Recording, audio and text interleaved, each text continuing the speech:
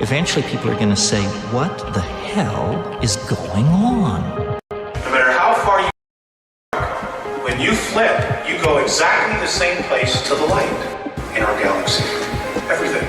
Because everything is in balance. Everything is a polarity. I think it's just going to get weirder and weirder and weirder, and finally it's going to be so weird that people are going to have to talk about how weird it is.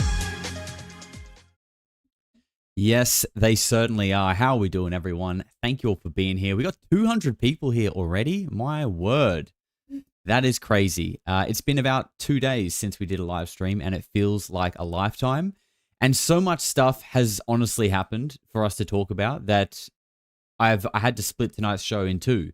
So everything we're going through today is only half of the stuff I had for us to go through, and I still think it's going to be a really big show. So we're basically going to be focusing on Avi Loeb, 3i Atlas, Ross Coulthart's copping bullets, the drones in Denmark. We haven't really talked about that yet. We're going to look at some of that stuff. A few other weird little things as well, and we're going to talk about Psy-Ops and how to know if we're in a Psy-Op, because I have a weird little feeling that we are. To some degree. What part of it is a Psy-Op? I don't know. That's what we're all trying to work out. That's what we're going to try and do today. We've got a bit of breaking news, actually, which I'm going to get to first, but let's start things correctly and say hello to the most beautiful, shiny girl in the world and give her a little treat because she's just so sweet. The best. The absolute best. Maybe if she's lucky, if I remember, we'll give her another treat on the way out. But that'll do for now. That will do for now. There she is. Punch the Reptilian, welcome, you little freak. That is probably one of the best names that I've ever seen become a weirdo. Very proud to have you here, sir. Thank you very much. Let's jump over here and get straight into the breaking news. So this basically happened, what is this? A few hours ago. At least this has come out a few hours ago. Now, you guys might remember if you saw George Knapp's special on Netflix that was called Investigation Alien. There was a guy that featured in one of the episodes named Douglas Lowe. Correct me if I'm wrong. I believe it's pronounced Lowe. I'm sure it's not Laux, but I don't know if it's Lowe, but that's what I'm going with. So, UFO investigator Douglas Lowe dies at age 42. Doug Lowe was a former CIA case officer serving multiple tours in the Middle East, and he was a member of the Knights of Malta. Interesting. Lowe was a New York Times best-selling author and was writing his next book. Lowe was an investigator in George Knapp's Investigation Alien on Netflix. George Knapp testified at the September 9th congressional UFO hearing, naming defense contractors involved in UFO crash retrieval and reverse engineering. This subject also came up in Lowe and Knapp's conversations on the Netflix show. Local obituaries state that he was found in his home in Coldwater, Ohio. Okay, I think Coldwater is the place. I don't think he was found in Coldwater. He was found in his home in Coldwater, Ohio, on September 21st. This isn't funny. I'm not laughing at the story. Some social posts claim the case is now being treated as suspicious after an initial ruling of suicide, but I haven't seen official confirmation. Rest in peace, Douglas Lowe. Now, again, this is another person investigating the UFO phenomenon who has apparently committed suicide. Awful lot of people who investigate this stuff all seem to suddenly become suicidal. It's very strange. Yeah, I mean, what more can we say? I think we will watch this. It's only a 3-minute video, at least a little bit of it, and then we'll get started with the main part of the show. This I just thought we'd bring this in because I think it's relevant and it's breaking. So I'm calling in Doug to help me explore all angles of the story. My point of entry with this whole UFO thing started in the 80s when I heard these rumors about what goes on here in the Nevada desert, right, that there are crashed flying saucers, UFOs, and that the U.S. government and defense contractors had been trying to take them apart and figure out how they work. Right. The question is, have they stashed them with some private company, some defense contractor trying to figure out how that technology works? I think the answer is yes, but the Arrow report says otherwise. If there were some sort of alien technology that landed on Earth, and the United States government collected it, absolutely, without question, I can assure you and guarantee you, very few people would get to see that. Right now in DC, there's this huge push. I'm just going to try and skip to the bits of Doug because that's what it's about. And, copyright. Copyright be copywriting, you know what I'm saying? It would change the whole world economy. So I'm not sure they'll give it up. Jacques Vallée and stay able to get our hand. As far as I know, before they change their mind. In the root cell of the... But one person for him. Gaffney. Okay. It's basically just a George Knapp montage on the Doug Lowe obituary post, but that's fine. That's fine. We've got a whole show to get into anyway, and we've got a bunch of stuff we're going to come back to there, but we can lock that off for now. And let's get into it. So we're going to start with, first of all, before we get into the beef, before we get into the, I would probably say maybe middleweight conspiracy championship of the world between Avi Loeb and Ross Coulthart. We're going to get into a little bit of Avi Loeb's quotes this week, very recently on 3i Atlas, because this thing seems to be getting update after update, right? And by the way, aren't we almost a month to the day where this comet, this 3i Atlas, is meant to be passing by the sun? Like, from memory, I haven't talked about this topic a lot, but I've been keeping an eye on it. From memory, it was October 29th that 3i Atlas would pass behind the sun, and its behavior, what it does at that point, is basically going to determine like if this is something that we need to worry about, right? So this, we're only a month away now, which means this thing should be getting, relatively close, you would think. But anyway, let's see what Avi has to say about it. We were able, in a new paper, to set a limit on the mass of the object. It has to be very massive so that this evaporation is not pushing it much. We get a mass of 33 billion tons. That's the minimum mass. The object needs to be more massive than that, 33 billion tons, so that it will not be pushed back by the level of evaporation that was measured for it. And that means if you translate that for solid density, you end up with a size that must be larger than 5 kilometers. Now, this is just a lower limit. It could be much larger than that. It could be larger than Manhattan Island. 5 kilometers is about half the size of Manhattan Island. So we don't know how big it actually is, but we have a lower limit, a minimum mass, a minimum size that it could have, and that one is already, 100,000 times bigger in mass than the first interstellar object. Now, why is that puzzling? Well, there is a limited reservoir of material available in interstellar space, and we should have seen 100,000 objects like the first one, Oumuamua. That was the first interstellar object. It was given the name Oumuamua because it was discovered by a telescope in Hawaii, and that means a scout in the Hawaiian language. So there should have been 100,000 of those small ones of the order of the size of a football field, about a tenth of a kilometer in size, for every big one that is the minimum size that we infer for the new interstellar object, 3i Atlas. So, he's making some interesting points in that clip. First of all, the fact that I find it interesting that he's being open about the fact that they don't actually know how big this thing is. They only know its minimum size, and that's already quite large. So they actually don't know how big this thing is, right? Which the first thing I think of is like, there's an awful lot of worry about something that we actually don't know the size of. And as Sarah is saying in the chat, and many other people, the point is that it's huge, right? It's huge. And that is interesting. I don't deny that.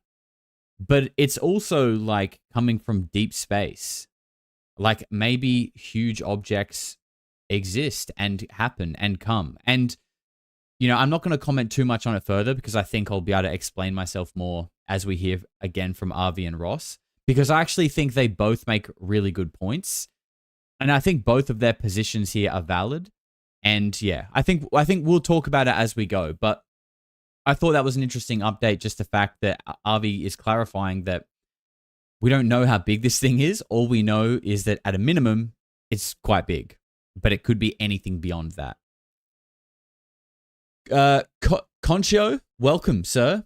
You absolute weirdo. Putting a number in your name like that is freak material. Thank you very much, sir. And LE, $5, says, we'll have to catch the rest on vid. Judy calls. Have a great stream, Josh. And love to all the weirdo family. Thank you very much, L. Have a great day at work. I appreciate you dropping in, and enjoy the rest of the video. And by the way, guys, if you're here early, slap a like. It is early, and it helps push the stream out, and we have plenty of good stuff to get into. So I think with that being said, we'll jump straight into this part. Okay, so this is the feud, and this was covered by Patrick on Vetted, and I've got his full video linked down below, but we're not going to watch all of it. We're basically just going to skip to, well, we might watch a little bit of Patrick's takes, just to see what he kind of has to say in the middle. But primarily, we're just going to look at Avi, basically listening to Ross, and then teeing off on him. You love to hear it. You love to hear it. So let me just find where we are. I'm swimming in 1,000 windows here. All right, here we go. This is Avi listening to Ross criticize him. Speaking of that, Ross Coulthart was kind of hard on you last weekend, and I'll just put the clip up because I thought it was kind of mean of him to say. So let's just get your reaction. It's only about less than 2 minutes. This is the 3I Atlas object, which is, if some people are saying it correctly, a comet. If you're Professor Avi Loeb, you think it's potentially something anomalous. Let's deal also with the claims that have been made, mainly. I mean, like, do you guys think Ross is throwing a bit of low-key shade there? The way he's like, if you're Avi Loeb, you think it's something anomalous. You know, it's like a little bit, you know, you can see what he's doing there. You can see what Ross is doing. I respect it. I respect it. By Professor Avi Loeb, who is driving, God bless him, a lot of other astronomers to distraction with his persistent assertions that there is something anomalous about 3I Atlas. The ball is very much in Professor Avi Loeb's court right now to prove his case that there is something anomalous about 3I Atlas, and that it's just not. It's not just another meteor or comet. I've consulted with astronomers. I've consulted with people who've contacted. When you watch Ross long enough, you know when they're coming. Me in great frustration because they don't understand why Professor Loeb is making such a huge song and dance on very, very limited evidence that there is something anomalous about 3I Atlas. And I've been very willing to give Professor Loeb a good go because I have huge respect for him. He's very, very well respected in the field. And I just have a hunch that just maybe he's had a tip, a private tip from somebody in NASA or some other space observatory telling him that there is something anomalous about 3I Atlas. I think, like, can we say, like, and, you know, by the way, guys, for anyone who's watching, just because I'm Australian, I do not know Ross. I've never spoken to him. So, like, anything I say is not a reflection of Ross's actual opinion at all. It's purely just my speculation. Yes, we're from the same country. Don't know the guy. Seems like a nice guy. But what I will say is that I don't think Ross ever says things on camera unless he at least is like pretty firm of that belief. So when he says there that I think that I have a hunch, when he says that I have a hunch, he's basically saying that, like, that's his firm belief. You know, I think we can all probably agree on that. And that's just, and I only say that, like I said, I don't know him, but he comes from like a pretty rigorous journalist background. You know, he was a 60 Minutes guy for many years. So, you know, he wouldn't say things publicly unless I feel like he had some sort of weight to them. But certainly the official position from a broad range of astronomers that I've engaged with is thus, that there is no anomalous behavior or movement detected with 3I Atlas. The most recent scientific assessments, including orbital solutions from the Minor Planet Center and NASA's Jet Propulsion Laboratory, indicate that 3i Atlas follows a trajectory fully consistent with gravitational dynamics for an interstellar comet. All right, so as you can see, The Moss guy says 60 Minutes is fake and gay. You are absolutely correct, sir. 60 Minutes is, in fact, fake and gay as well. Stevie says, Ross, Lockheed is building anti-gravity magic Tic Tacs, talks about time travel, aliens, etc. Also, Ross, I've spoken to mainstream scientists and 3i Atlas is just a rock. Don't worry about it. Thank you very much, Stevie. I appreciate the tenor, my man. And I see where you're coming from. I see where you're coming from. And I think you do make some good points, and so does Avi. But yeah, I think there's a lot of good points all round, and I'm looking forward to getting into it here. Wrath of Khan even says, I know Josh, but he hasn't been straying off that rigorous journalistic background lately. Or he has. He has been making a lot of personal opinions and whatnot. And I do agree with you. I think the video with Michael Batista, for me, was kind of like, whoa, this is like out of character for Ross. Like that was a really big shock for me to see him claiming that this game of Pong was an ancient Egyptian deity sitting on a platform, or, you know, whatever. I'm exaggerating, I know, but you know what I'm saying. It's not like him to sort of draw conclusions on vague speculation. You know, we just want the news presented to us. We don't want the news. And, you know, like when you're reporting on this topic, unless the evidence is like concrete, undisputable, there's no argument, then, I mean, that's fine because there's no argument. But when you're presenting things that sort of are still missing conclusive results and answers, attaching your own version of that to it when you present it is automatically going to bother a lot of people.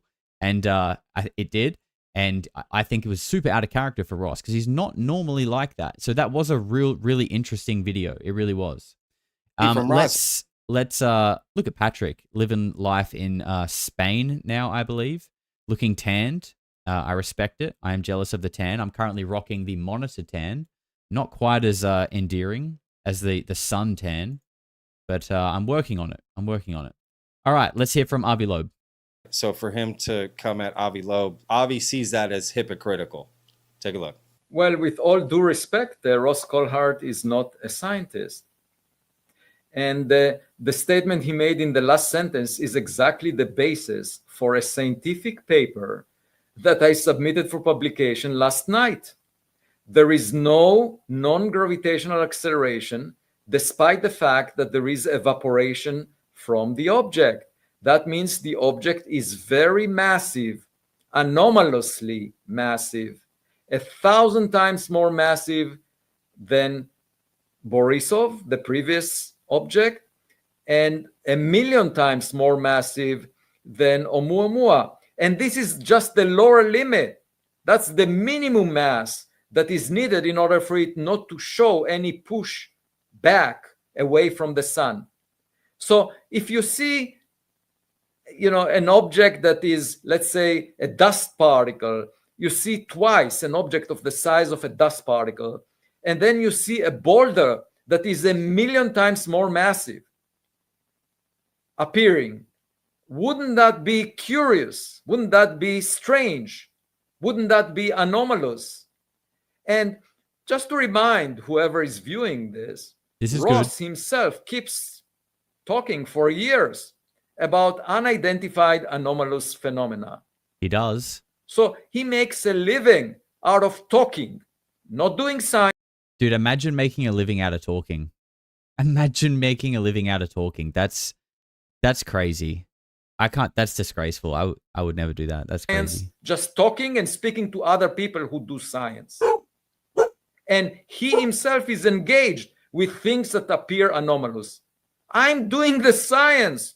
I published scientific papers. I wrote 9 scientific papers over the past 2 months on 3i Atlas.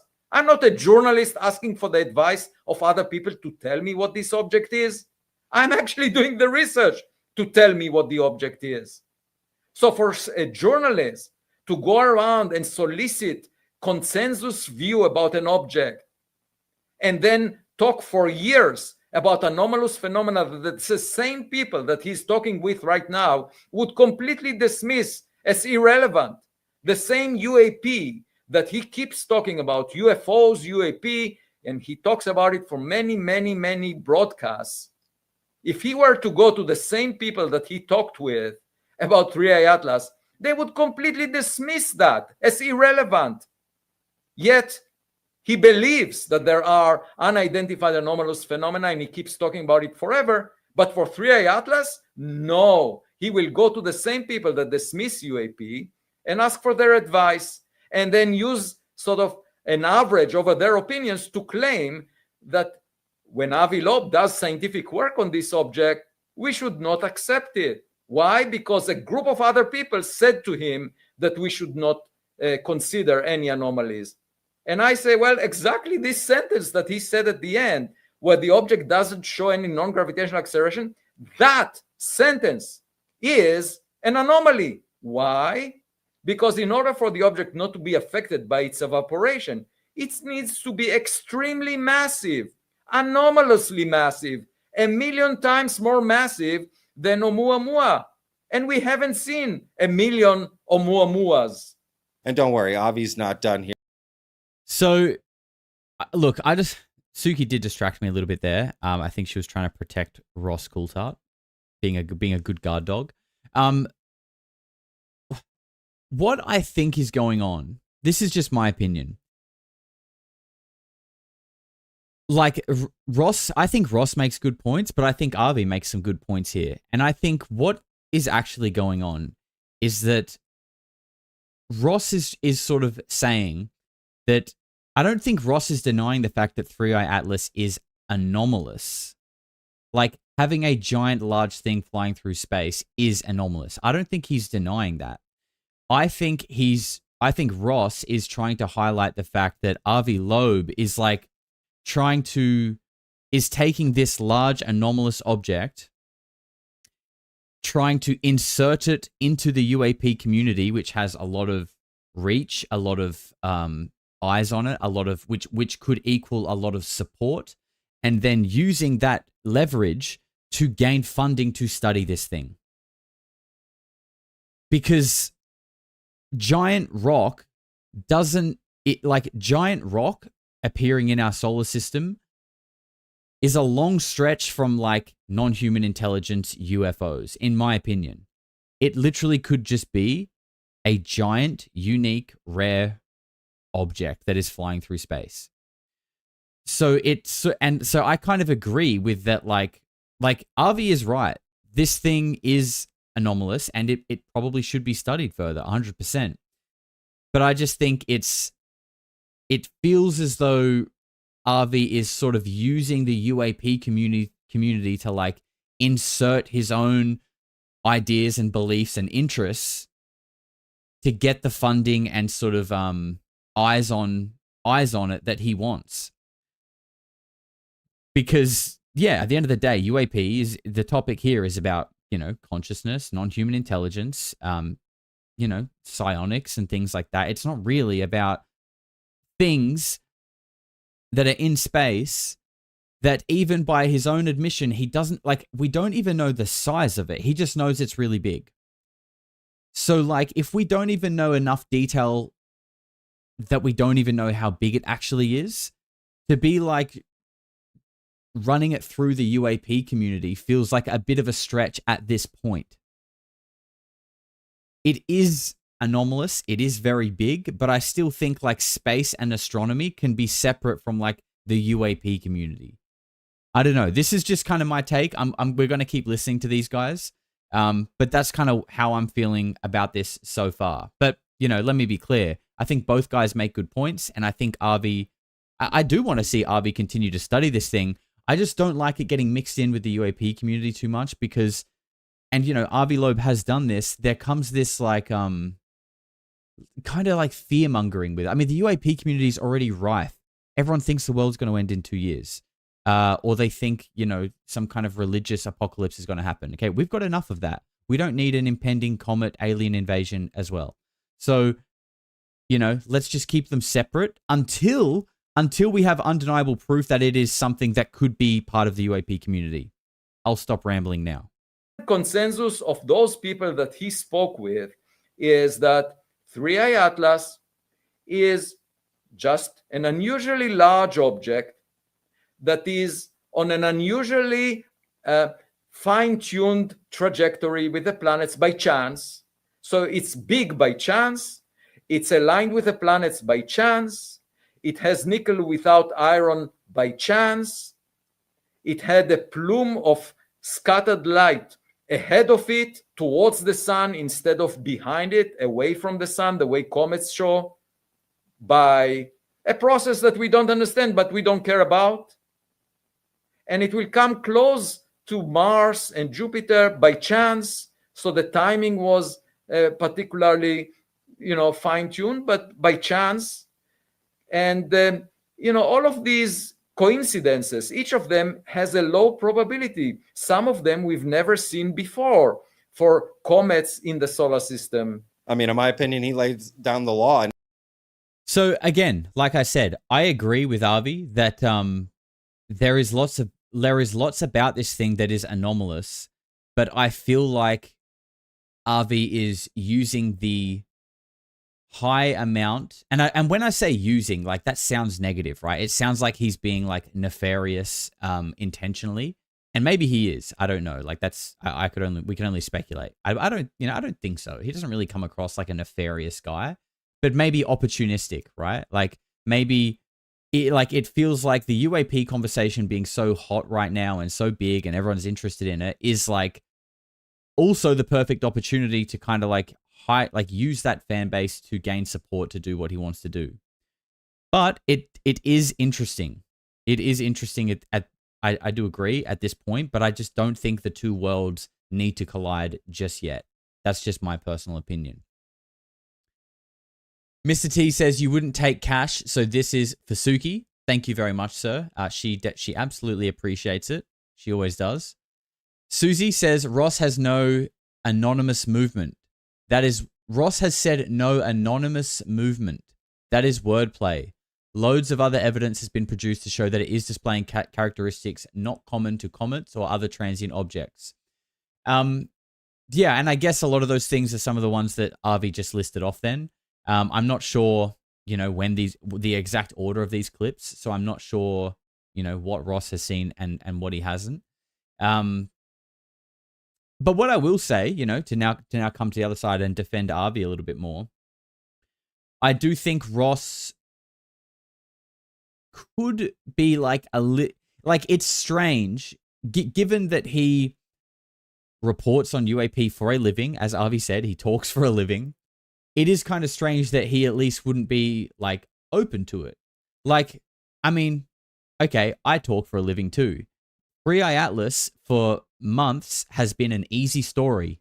I could be talking about this every other day if I wanted to, because lots of people, and there are channels that have done so many videos on 3i Atlas with each menial little update, and, it gets views, but, it just doesn't really interest me that much. So that's why I don't really talk about it. But Ross does talk for a living. It gets easy views. It's strange that he is sort of holding a stance against it. Liz M says, Josh, don't bash.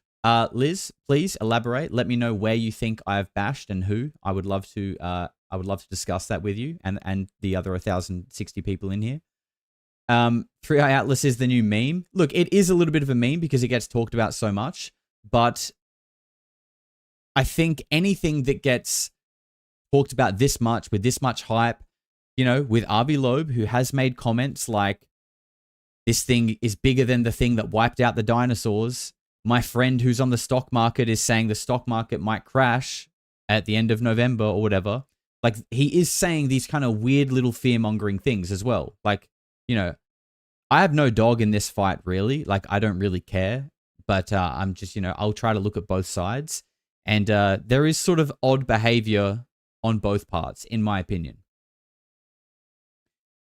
Is it the Anunnaki tribe returning? Yes, Thomas, it is. I just actually got off the phone to them before this stream began.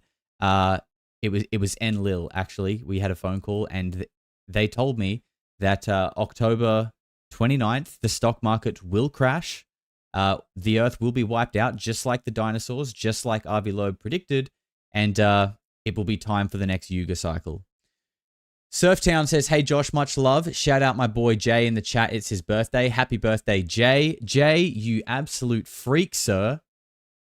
Happy birthday. I hope you have an amazing day, my man. Bleak with $2. Thank you very much, bro. Rambro, celebrating 3 months as a member. Sir, he says, spot on. Maybe it's a gift of an element we need to advance as a species, or it's an anonymous obelisk. I'm open to all options, sir. I'm open to all options. Thank you very much. And he's gifted a membership. You are a legend, Rambro. You really are. Every day. 420 Breezy says, these big things always turn up fake. And that's the big thing that's keeping me where I'm at with this, is that so many things in our lifetime, not just, you know, Amuamuas, lots of things that are meant to have been big apocalyptic events have come and gone, and nothing's happened. So, just using the law of averages, I'm still open to it, but I'm on the side of like, it's probably nothing until we have a real reason to start buying all of the toilet paper out of Woolworths. Do you know what I mean? And that's why I don't talk about this too much, because for me, there's no real evidence of it being anything scary, right? And so, yes, it's interesting. Yes, it's anomalous. Don't shoot me. But I just don't like the sort of fiery narrative around it. It's just not my vibe at all. But it does get clicks. It definitely does. Liz says, Josh, think you were more Team Ross than Team Avi. No, like I said, I don't really have a dog in this fight. I tried to sort of argue for both sides, and I can see both of their perspectives. I think it's just two different people looking at the same thing from two very different perspectives. And, you know, all they would probably need to do is just communicate, have a little conversation with each other like normal human beings. There is this crazy thing that humans can do, right? When they don't agree with each other, I know it's crazy, but like you don't actually have to go and shoot that person. I know. And isn't it wild? You if someone says something you don't like, you don't actually have to scream, post on the internet about them and stalk them and dox them. I know. Isn't it crazy? You can do this thing called have a conversation and communicate, and it actually is really effective. It is really, really effective. I would recommend it to everybody. Sparrowfart celebrating 1 month as a member. Thank you very much. It's been a lovely month with you here, sir. And Tamara with $10 says, have you thought that the generals meeting in the US might have something to do with 3i Atlas? Tamara, it's a very interesting story. That is a very interesting story that all of the generals have been called in for an in-person meeting, I believe, compulsory. What it could be to do with, I have no idea. You know, I would like to think it's got something to do with like, all right, we're getting prepared to tell everyone that aliens are real. I would like to think it's something like that. I think realistically, I feel like it's probably something that isn't going to make us happier. Not that it's anything terrible, but you know, I feel like it's probably not anything that's as, you know, what we're excited for. But I do think it's very interesting, absolutely. And thank you for the super chat. Stevie says, I think after this Avi Ross beef, we need some Alex Jones motivational speaking. Oh, sir, say less. Say less. There's no better way to end a stream, in my opinion. All right. Let's move on from this now. We've had a bit of back and forth here with Avi and Ross, and we're going to jump back to Ross now. And we're going to jump topics a little bit as well. We're going to talk about the Denmark drones because we haven't really talked about this yet, and it's been happening for a little while now. You know, I don't always like to jump on things straight away because I very much do think I err on the side of caution with most things being a Psy-Op because, I mean, we are in 2025 and we still don't really have any evidence of anything, despite the fact that it does seem like there is absolutely a phenomenon here. It's just like, you know, I don't like to jump on things because you just don't know where the story is going to go. But I think it's time we talk about it. So first of all, I've got a clip from our friend Ross, who is going to tell us about it. And then we're going to look at some clips of the drones themselves and talk about Psy-Ops. The whole issue of UAPs, of unidentified objects making incursions over secure airspace, especially crowded passenger airports like Copenhagen or JFK, New York. This raises really grave flight safety, national security concerns.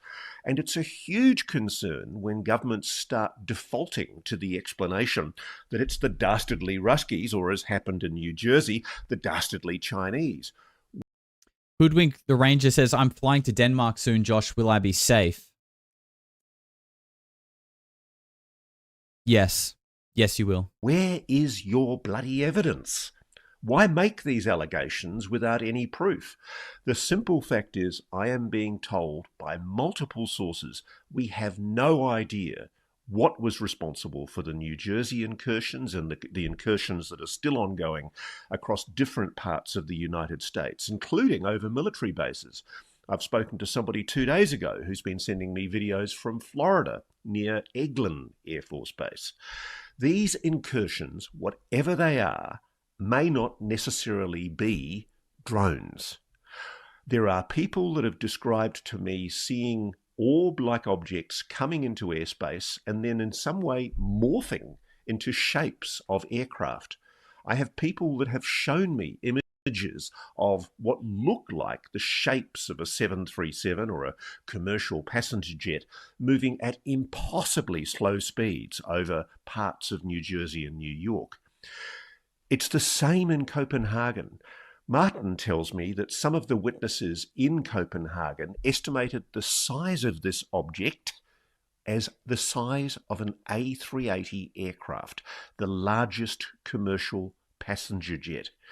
Whatever these objects are, I really think we're at the stage where we need to stop swallowing and just accepting glibly the explanations from government agencies who default immediately to it must be the Ruskies, it must be the Chinese, and then they start saying, oh, it was misidentifications, it was civilian aircraft, you're a bunch of hysterics, you got it all wrong.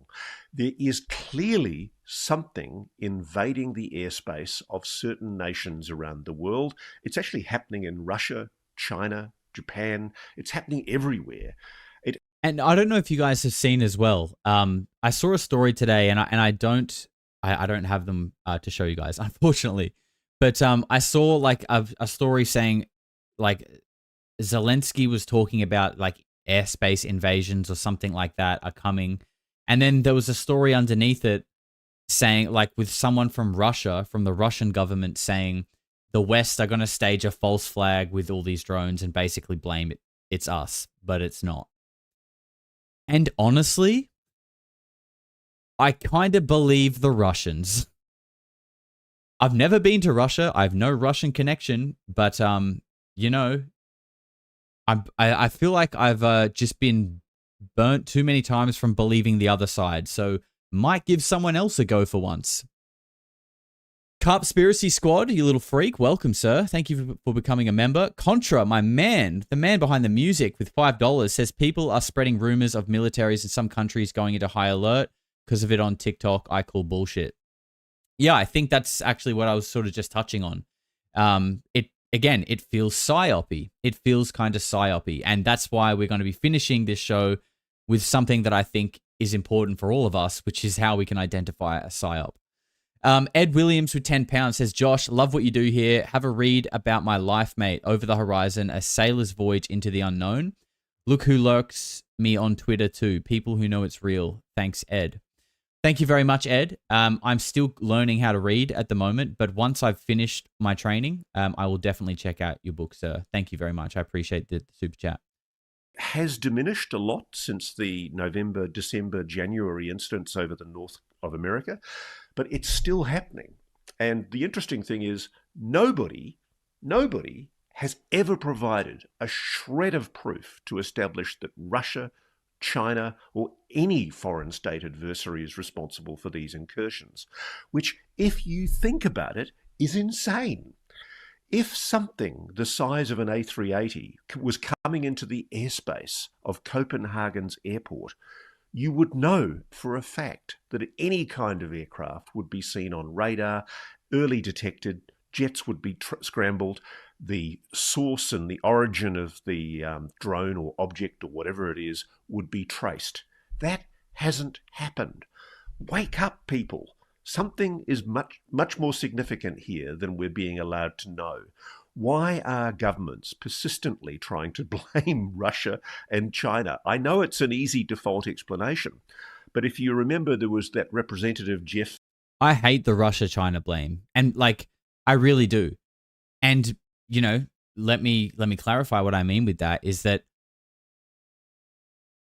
no country, no superpower is perfect, right? You don't become a superpower of the world on hugs and kisses and singing Kumbaya, okay? You don't become Russia, China, or America with hugs and kisses and singing Kumbaya. You just don't. No one's perfect.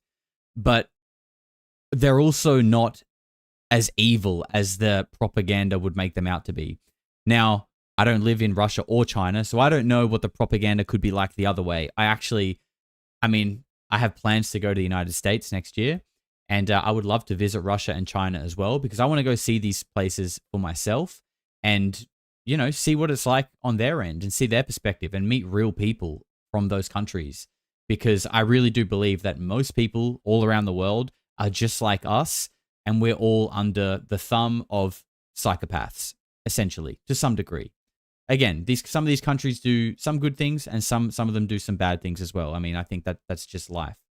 NT, you little freak, thank you very much for becoming a member. Van Drew in Congress in North America, who came out and said that the drones over New Jersey were an Iranian mothership. That never came to anything either. At what stage do we start seriously questioning the veracity of government statements when they issue so many contradictory assertions? Remember, we were told that the drones over New Jersey were FAA authorized research drones, which was nothing a to worry total about. lie. The FAA came out and categorically denied that they had authorized any overflights in that area.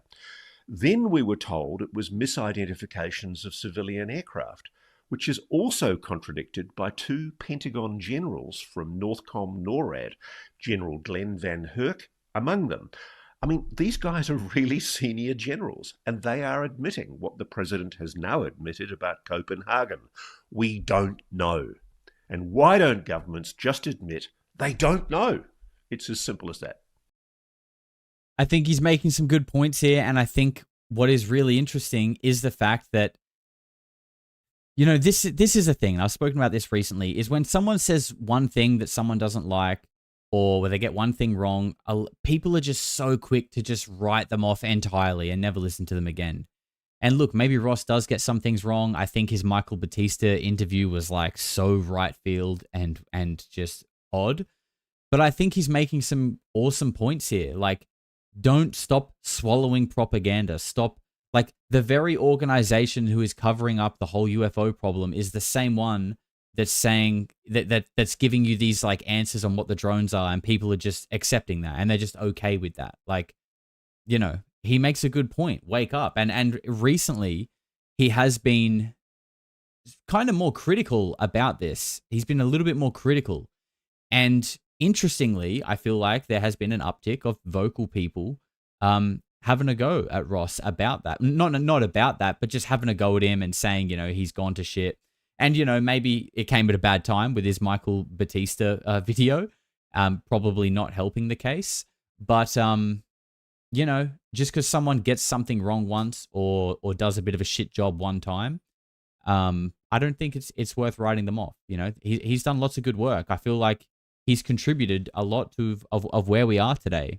And maybe that's part of the Psy-Op he's contributed to. You know, who honestly knows? But I think he's brought enough to the table to sort of warrant listening further before just writing him off. M. Gamble has been spamming the chat saying that everyone is ignorant because they're not looking at the videos on his channel. Brother, if you're trying to grow your YouTube channel, this is just my advice. Probably don't come into a live chat and call 1,100 people ignorant and dumb because they're not looking at your channel. I feel like there's probably better ways to do it. But hey, what would I know? That's just my advice. Maggie with $2. John Anthony's gifted 5 memberships as well. John, you absolute legend, sir. Thank you very much. Very generous of you. Conspiracy Cutie with the $5 as well. Thank you very much for the little sticker. And Michael Charles, my man, says, thank you, Josh. Thank you, Michael, for the long-term support, my man. Appreciate it. All right, actually, let's keep going. We've heard that one. So we've heard from Ross. We're now going to look at some of these drones. So let's jump back over to X here. This is Red Panda with this one. Shout out to him. I use a lot of his clips on this channel. So if you're not following on X, what are you doing? Go and do it.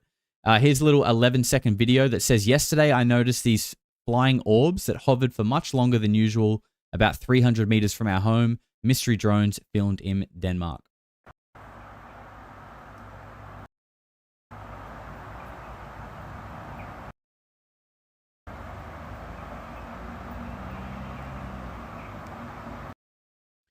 MIB says, stop ignoring good messages and give the negative ones a platform, please.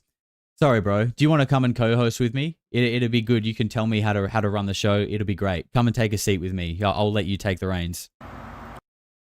The first thing I thought of when I saw this video was how much, and I wish I should have pulled it up, but how much this looks like the Phoenix Lights.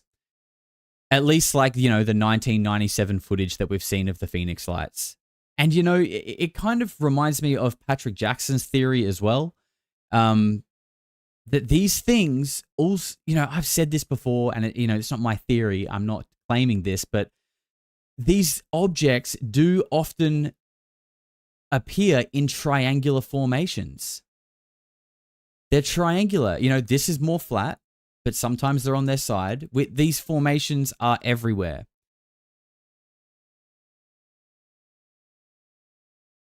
And these are anomalous lights. You know, they're not flashing like anything. I mean, there is the chance that they're not in formation, but they certainly look like, I mean, it feels more like formation than not to me. That's just my opinion. But I thought this one was interesting. We've got another one here posted by a concerned citizen. It says, meanwhile in Copenhagen, Denmark, or Copenhagen, as Ross would say, this is one of the unidentified drones that just caused one of the busiest airports across Scandinavia to completely shut down all flights. Wild. All right, let's check it out.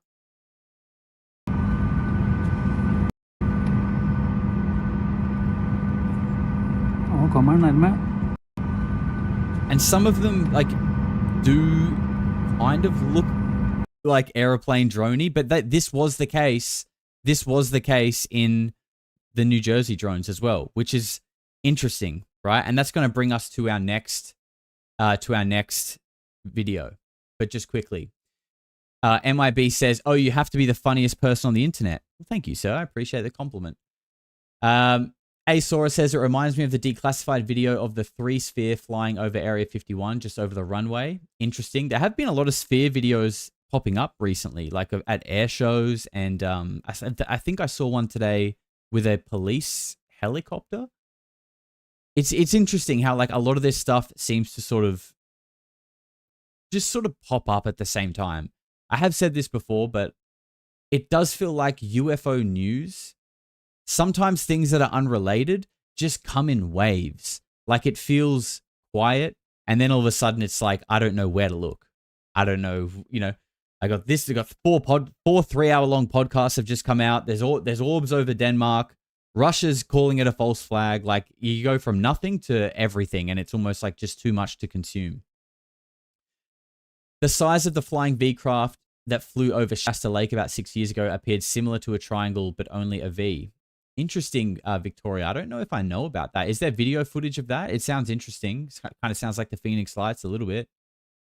Media manipulation. Yes, Wookie, I think you're right. Well, you know, it's either that or it's coincidence number 10,144. Shay Smith with $2. Thank you very much, Shay. All right, let's go to the next one because this is the final one, and this is where we get an interesting comparison here. So let's watch the video. This is by Skywatch Signal, by the way. Also another really good account to follow on X for just sort of UAP clips and updates.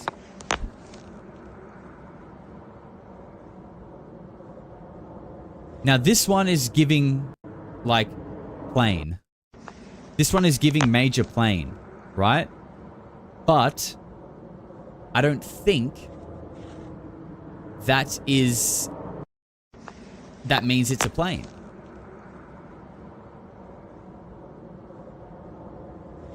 I really don't. It could be. I'm open to it being. But, I mean, didn't Lockheed just put out a video showing these like unmanned drones that kind of are in the shape of mini planes? I mean, maybe that's part of the Psy-Op, but look at this. This is like a little comparison photo. Sorry, this is the I swear, where did he say? Basically, I think like this photo here is from the video that we just watched. And this is from the New Jersey drones. I mean, it looks like whatever is being used for these drone incursions, it's the same technology that was in in Denmark and New Jersey. I mean, it looks pretty similar. The lights are FAA compliant. Well, it's probably because they're FAA approved drones. As Trump said, it's all FAA approved drones. And the thing is, as much as like when we got that answer, we were all like, "Oh, really, bro? Like, really?" I think we were all extremely frustrated with that response. But you know, what if they are FAA approved drones? What if this is literally a Psy-Op? I mean, Russia are calling it a Psy-Op. Russia are saying that this is a false flag being staged on the West to probably, I mean, who knows, you know, but for all the reason that false flags are generated, to generate confusion, an overload of information, and therefore the people are more easily manipulated into being steered into certain belief systems. Now, again, to just hark back to where we were talking about 3i Atlas, you know, we're also getting pumped with all these stories about a big object coming. We're also getting these weird drones, for lack of a better term, in the sky, which are identical to the ones in New Jersey and Denmark, both countries that would be considered Western countries. They're both part of NATO, okay? So if these are military technology, it's not beyond the realm of comprehension that these could be the same drones or the same technology, right? Because these countries are all sort of within NATO. So I think this is all worth considering. And again, guys, if you're new here, you might be thinking, I thought this was a UFO channel. This guy just seems like he's debunking everything. And no, that's not the case. I'm definitely not debunking it. I'm open to it, but I also just like to play devil's advocate and consider alternative ways of thinking and consider what else it might be. And like, who benefits from this? Why might this, you know, like, what is the reason that this could be being pumped out right now? Because the one thing that sticks with me in all of this is that this topic has been so heavily covered up and lied about, and campaigns have been ran to spread intentional disinformation just to keep it a very vague and hard to disseminate topic for the best part of a century, okay? And now all of a sudden, it's like the government wants us to know a little bit more about it. Ever since 2017, now we're getting hearings, now we're getting drones, now there's 3i Atlas. But the same people and companies that have covered this up for so long have still never admitted it or taken any accountability. So you need to ask, why now? Why suddenly are you okay telling us about all of this stuff now? And why haven't you actually admitted that you hid it in the first place? Okay? This is like being cheated on for 80 years and then getting back together with the same person, even though you knew they cheated on you for 80 years, and they've still never told you, like, why they cheated. They've never apologized for cheating, but you're just getting back with them now. It's a bit silly to do without at least asking some, like, critical questions, and that's all I'm trying to do here. Trust me, I want to believe. I've got aliens up on my wall here. I want the aliens to be real. Trust me, I want to ride in the UFO. Achy Balls with $10 says, it feels like the quickening of what has been a slowly rolled out disclosure. I agree, sir, and thank you very much. I feel like the first few years after 2017, it was a very slow rollout, but in these latter stages, it does seem to have like this uptick in the pace. But still, for many of us, it's not fast enough. I want more, and I want it now because I'm greedy. So, given we're talking about Psy-Ops and what's going on here in Denmark, and the fact that it could be perhaps shared military technology within NATO, how about we look at this interesting news article?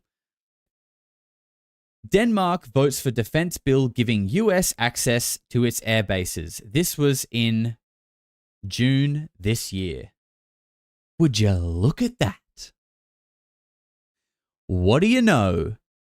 I mean, that's got to be coincidence number 10,675. It has to be. It's just crazy that the country that had drones all over them earlier in the year has now been given access to its air bases and airspace. And now 3 months later, we're seeing the same things in the sky there. I mean, that's just crazy.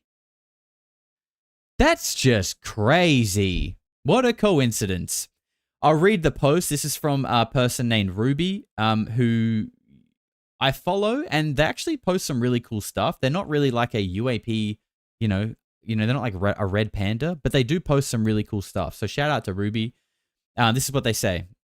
Worth noting that June of this year, Denmark gave the US unhindered access to its air bases, namely, oh God, what is this? Okay, it is Scandinavia. Skritstrup and Aalborg. Any Scandinavians in the chat? Rate my Viking speech out of 10, please.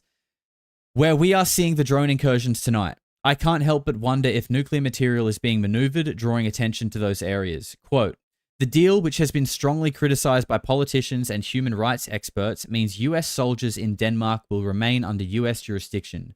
It gives US soldiers access to Danish air bases in 3 Danish cities, Karup, Skridstrup, and Aalborg, and grants American soldiers and military police powers over Danish civilians at these locations and outside of them. It grants American soldiers and military police powers over Danish civilians. That's kind of weird. That's a little bit crazy. Jen G says, you said it right, Josh. Thank you very much. I've been practicing my Viking speech. After Kash Patel rallied us all to prepare for Valhalla, I've been touching up on my Viking and my Norse mythology. K Thanks says, it feels like they're getting us used to things in the sky like a crocodile gets desensitized when you hit its nose. Yes, I would agree with that. Definitely feels like a lot of information overload and like UFO paranormal desensitization. 100%. So we've got one more thing here. So we're going to finish up today's stream with a video from a guy named Chase Hughes, who I'm sure a lot of you guys have seen. We're only going to watch, I think, about 10 minutes of this video that he did called How to Spot a Psy-Op. And it's a fantastic video. I actually don't think I've got the link below, but I will put it there for you guys because in the times that we're in right now, you should really watch this video, like for your own benefit. It's not super long, and he's like an expert on this stuff. If you don't know who Chase Hughes is, you should follow him. Fantastic guy, fantastic content. Before we get into that though, we're going to look at this tweet here as well, because I found this interesting because I feel like it fits into the realm of psyops and just murky, weird disinformation and information that we're just being swamped with. Okay, this is Jason Sands. This is the guy who was in the Program documentary by James Fox, and he is the guy who, he's got a few weird encounters. One of them is like having, I think the most controversial one is like having to kill on a US military mission, secret mission. He had to kill an alien that looked like a crab or some kind of crab alien. Don't shoot the messenger, just telling you guys the story. But I think probably more famously, he's known for having an encounter with a blue-looking humanoid alien that was wearing military gear on a military base. And it was asking him for like help to repair his ship. Again, just the messenger. So, and he's been on Joe Rogan. He's had a few things to say, but this is a recent tweet from him. To all of my followers, I have to tell you that I am much more concerned for the people in this world than I am about any UAP or extraterrestrial civilization. I say this because I have my TS/SCI clearance back and am unsure who I can ever trust in government that I wish to work for. Pray for where I go from here. So this is a really weird tweet, right? First of all, TS/SCI stands for Top Secret Sensitive Compartmentalized Information, okay? So this is a guy who used to work in the military. As far as I know, he doesn't work in the military anymore. Because he obviously went public with his stories, was probably stripped of his clearances, right? He's now making a tweet saying he's gotten his clearances back. So to me, that in itself is kind of weird already. But he's saying, after getting my clearances back, I am now much more concerned for the people in this world than I am about any UAP or extraterrestrial civilization. This, to me, feels very fear-mongery, right? Very fear-mongery. Mongery probably isn't a word, but it works. I don't understand what the benefit or point of this post is. And also, it seems weird that you would, it seems strange to me that you can say something like this after you've just gotten a clearance back. Like, generally, the people with the clearances are the ones who don't talk, who can't talk because they've got their clearances. If he got his TS/SCI clearance back after saying what he said publicly, then what he said was sanctioned. Interesting comment there from Ed William. Thank you very much. Look, I don't really know what it means other than the fact that it's strange, right? Because a lot of these people, these whistleblowers claim that, you know, the hardest thing about being a whistleblower is that you can't work anymore. You get your clearances taken away from you. You get your credibility destroyed. No one will hire you. This is what we're hearing from Dylan Borland, what we're hearing from Matthew Brown. It is David Grush. All of the whistleblowers say this. So it's weird that one of these whistleblowers gets their clearances back and then starts popping off saying something like that, which is like the biggest thing to worry about is humans, is us, not UAPs or extraterrestrial. I don't know. Again, I've always liked listening to Jason Sands. Comes across as genuine, like a lot of them seem to. But I found this very odd in the conversation of Psy-Ops. Okay, and we're going to get to that video in just a sec. But I just thought while we're here, we'll read the little interaction that happened with Jordan Crowder, who is a friend of the channel. He's been a guest over here before, and I'm a fan of his content. Follow him as well if you don't. And Jordan's a straight shooter, and that's why I like him. And he says, "It sucks when people like you, who know the most, say the least." Fair comment. I think we can all agree with that. And Jason says, "You can thank jerks in government and society who constantly want answers and then crap on you when they don't want to hear the truth." You know, that doesn't really, I don't know about that. Like, to me, that doesn't really answer what Jordan is saying. He's saying it's annoying. Well, I mean, let's go. Jordan said, "Hey, man, sorry for my blunt response. I do respect the hell out of you and appreciate the position you're in.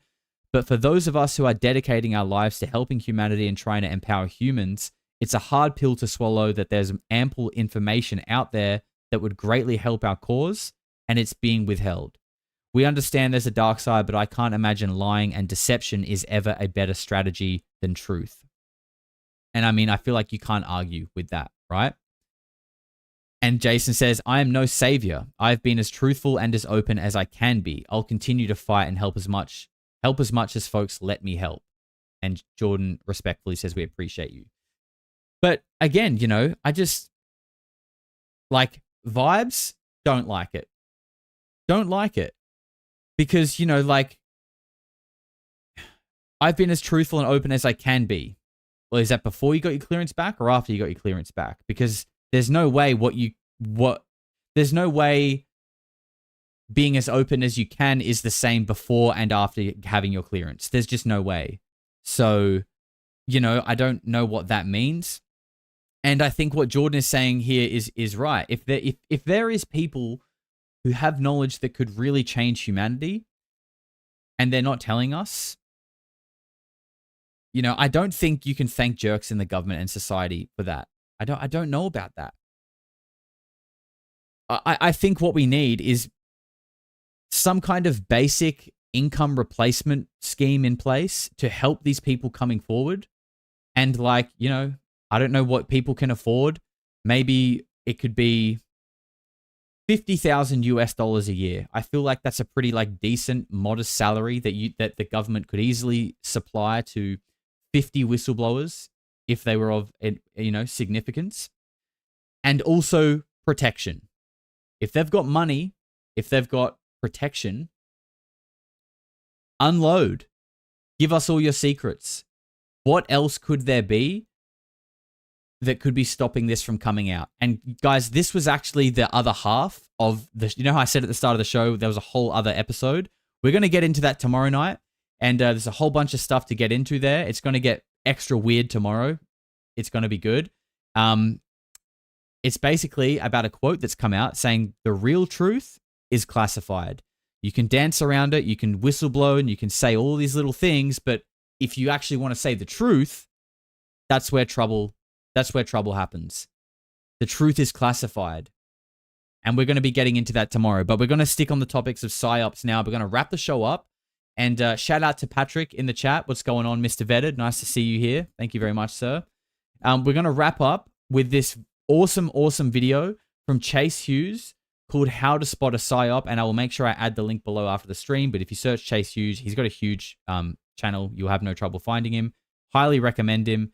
And let's check this out, because I think with all the drones, with all the bullshit, with all the whistleblowing, we all need to be across the information that this man has. Shout out to Veruca, by the way, you little freak. Thank you very much for becoming a member. So the first thing you need to know is following the FATE model: focus, authority, tribe, and emotion. This is what triggers the mammalian part of our brain that makes all of our real decisions. The first part is focus. PsyOps always aim to hijack your attention with repetition, shocking visuals of fear-inducing scenarios. Some examples are like 24/7 media coverage of a crisis or constant repetition of terms like unprecedented. So with this, pause and ask, why is this message being pushed so aggressively? So compare how much airtime different stories are receiving and note any disproportionate focus. The second part here is authority. Trusted figures might shift their tone or positions unnaturally to support the narrative. So watch very closely for expert panelists or endorsements where authority figures might speak outside of their expertise. And guys, as we're watching this, I want you to think about things like what happened with Charlie Kirk? What happened with the New Jersey drone flaps? What's happened around, you know, News Nation and the congressional hearings and the whistleblowers? Like, think about all these sort of big stories that are in, you know, the ICE riots, Antifa, all this kind of stuff. You know, consider all of it and think about the framework and logic that Chase is speaking about here and see where it fits. And you will start to realize that it's like, reality is a PsyOp. And you can get that on a t-shirt at the Polarity merch store. Link is below. Thank you very much. Pay close attention to that one. Then we have tribe. So messages that polarize opinions or create stark in-groups versus out-groups or exploit our tribal instincts. For example, labeling groups as patriots versus traitors or scientific versus deniers. Be very careful when you hear that language. Finally, we have emotion. So be wary of any communication that triggers strong emotions like fear, hope, or outrage without any clear, verifiable evidence. So emotional responses suppress critical thinking. Oh, put it on a t-shirt. Emotional responses suppress critical thinking. Like I said, I mean, I feel like this is the most recent thing that we can really apply this to, but Charlie Kirk. I mean, come on. Emotional responses suppress critical thinking. Thank you. Emotional responses suppress critical thinking. So as a tip here, analyze the evidence that's presented to you. If facts are replaced by appeals to emotion, you need to be very, very cautious. As an example of this, think about like a news channel repeatedly showing images of empty grocery shelves and panicked shoppers during a food supply scare. It dominates every broadcast and it pushes people into fear-driven behavior. Next, question novelty. Our brains are wired to focus on sudden or unusual changes because they signal potential threats or opportunities. And this is an evolutionary survival mechanism. Psy-Ops exploit this by creating events that break normal expectations, like unexpected crises or dramatic revelations.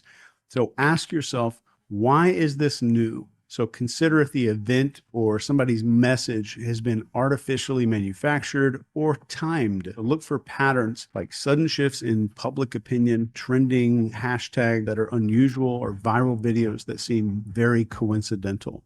So for this one, just picture drones. A new viral video just claims to expose a government cover-up, but it conveniently comes out the exact same day that there's some damaging evidence against some high-ranking official. The timing shifts public focus. All of this is part of the NCI system I developed for teaching tradecraft and extreme psychological operations. And there's even a gigantic textbook for all of this stuff in the description. Definitely not for everybody, but it's definitely the most comprehensive guide in the world on this stuff. So next. Rambo says, so base, the minute someone gets emotional in a debate, the conversation is over. Oh, you're exactly right. And, you know, even it's one thing being aware of it, right? And I think that's so crucial and important, like being aware that like emotional reactions are just not constructive. They're actually destructive. They're literally destructive. Being aware of that is one thing, but we're all like, you know, we're also still human. You know, we all still do it, right? But it's like, do you have the ability to, one, be aware of it, and then the humility to correct yourself when necessary or apologize when necessary? Like these things are essential for having like constructive and positive discourse with anybody in life. Like being able to admit when you're wrong, being able to remove emotion. And, you know, it seems like with all of this stuff, the news is often presented with the emotion injected into it. So you can't consume the news. You can't learn about the stories without also swallowing the emotion that they put in it. It's like when I have to give Suki medication sometimes. She doesn't want the medication, but I crush it up and put it in peanut butter, okay? The peanut butter is the exciting news. She doesn't know it's full of emotion, the medication. That is what the news does. It subtly manipulates your emotions. Next item, look for multiple sources. Centralized narratives create an echo chamber, and they silence dissent and they narrow perspectives. For example, if all media outlets present identical talking points, it is a humongous red flag. So actively seek out contrarian or independent voices, even if they challenge something that's already in your head. So in reality, an example, during a maybe breaking health crisis, all the major news outlets report on the exact same study, but independent researchers revealed the study was funded by a company selling the solution. So watch. Oh, but that's just the conspiracy theorist though, right? That's just like the independent people who are saying, hey, everything the news reporting on is actually not quite as it seems. They're the conspiracy theorists. You never want to listen to those guys. For that group speak. Next is identify cognitive dissonance weapons. Let's talk about how this works. So cognitive dissonance comes up when new information clashes with our identity or our beliefs. So PsyOps exploit the hell out of this by including micro agreements. Micro agreements are little, small, seemingly harmless concessions to shape your identity. And over time, you're going to unconsciously align your behavior to reduce that internal conflict.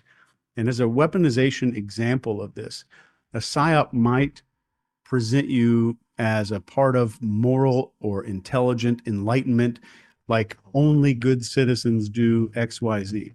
If you disagree with that, you risk some identity conflict there. So reflect on your identity and ask, am I being nudged to identify with some other group? So be very careful of any campaigns that are asking for seemingly minor commitments there, like signing petitions, changing your profile picture that evolves. Oh, dude, remember that?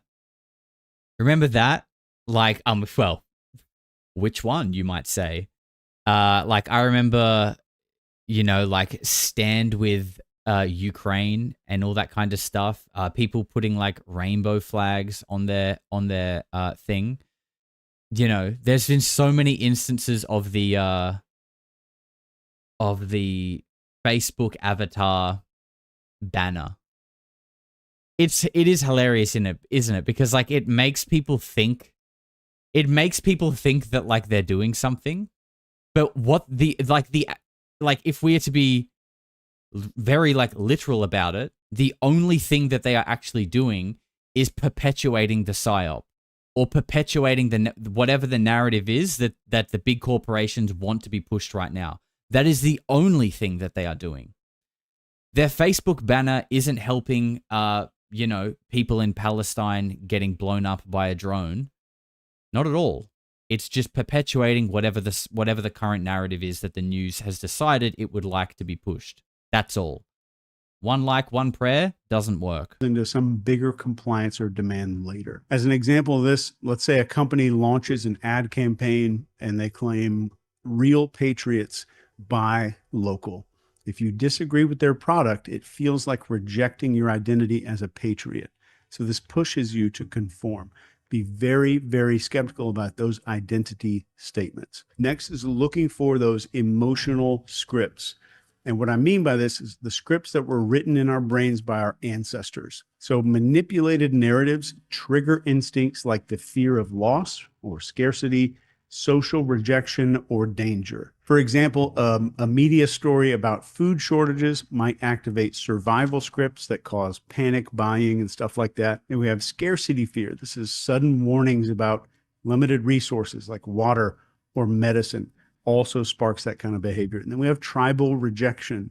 These are threats of being socially outcast, like you're selfish if you don't comply. And that one was huge in COVID.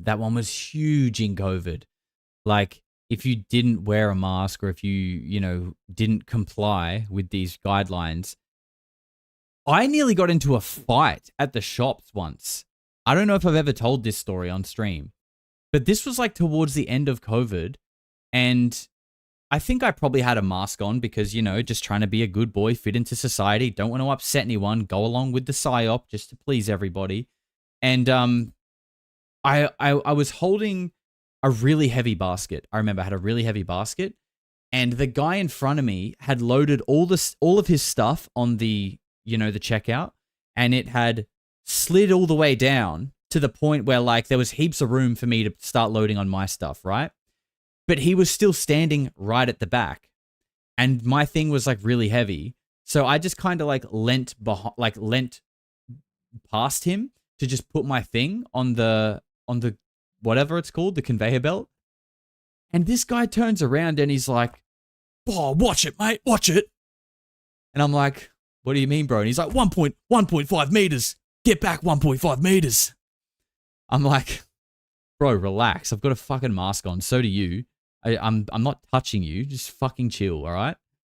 And this bloke just starts teeing off on me, not physically, but just like yelling, like saying he's going to meet me out the front and fuck me up and all this kind of stuff. And like, there were like ladies around me at the checkout and they're like, "You're fucking crazy. Can you please relax and get out?"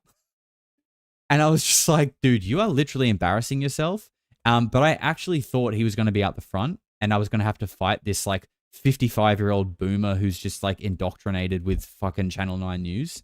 But he wasn't there, thankfully. Crisis averted. Those things override logic every time. And as a tip for this, break the script by focusing on the facts. Like, what's the likelihood of this scenario? So compare the claims with other sources. For this, you sounded like Mike Nolan then, Josh. This guy was a Mike Nolan. He literally was a Mike Nolan. That's why.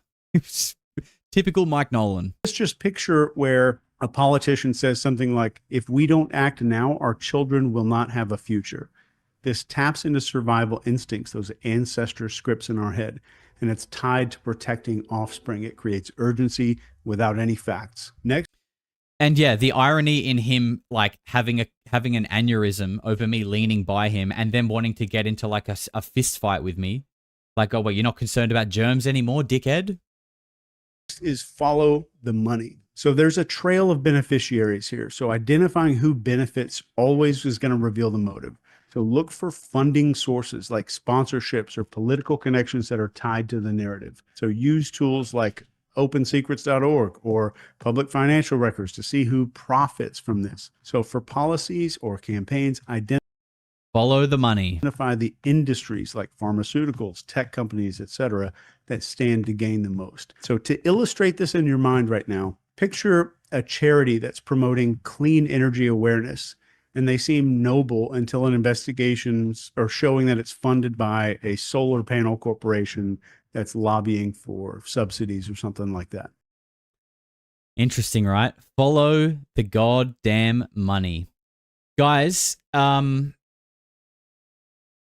that link isn't in the description, but I will add it in there shortly after the stream. So I really recommend you go and watch it because, like I said, I think it's for all of like, it's an educational benefit to all of us in this world to have a good understanding of like what looks like a PsyOp and what isn't. Because, you know, I want to believe, you guys want to believe, we all want to believe, but we don't want to believe in bullshit. We really don't. And, you know, over the last better part of a century, we've been fed a lot of that. And I think up until maybe, you know, 20, 30 years ago, most people didn't realize there was medicine inside the peanut butter. They thought they were just getting peanut butter. They thought they were eating peanut butter for so long, they stopped even looking at what's on the spoon. And I think like, you know, 20 years ago, and especially after COVID, a lot of people are now starting to go, hey, what's in that fucking peanut butter? Because my mind is fried. What are you putting in that peanut butter? Because everyone is cooked and something ain't right here. Okay. So guys, I want to believe, but we don't want to believe in bullshit. So we need to know if we are in a PsyOp or not, because reality seems like it could be a PsyOp, and you can get it on a t-shirt right there in the merch store. The link is below. Go and let people know how much of a freak you are. Guys, thanks for hanging out tonight. Part 2 of this stream is coming tomorrow night. We're going to get a bit weirder tomorrow. We're going to get a bit deeper. We're going to move away from the News Nation and all that kind of stuff. And it's going to be good. So hopefully I'll see you there. Be good, be kind, have a good night, and I'll see you tomorrow. Take care. Eventually people are going to say, what the hell is going on? No matter how far you go into the dark, when you flip, you go exactly the same place to the light in our galaxy. Everything. Because everything is in balance. Everything is a polarity. I think it's just going to get weirder and weirder and weirder, and finally it's going to be so weird that people are going to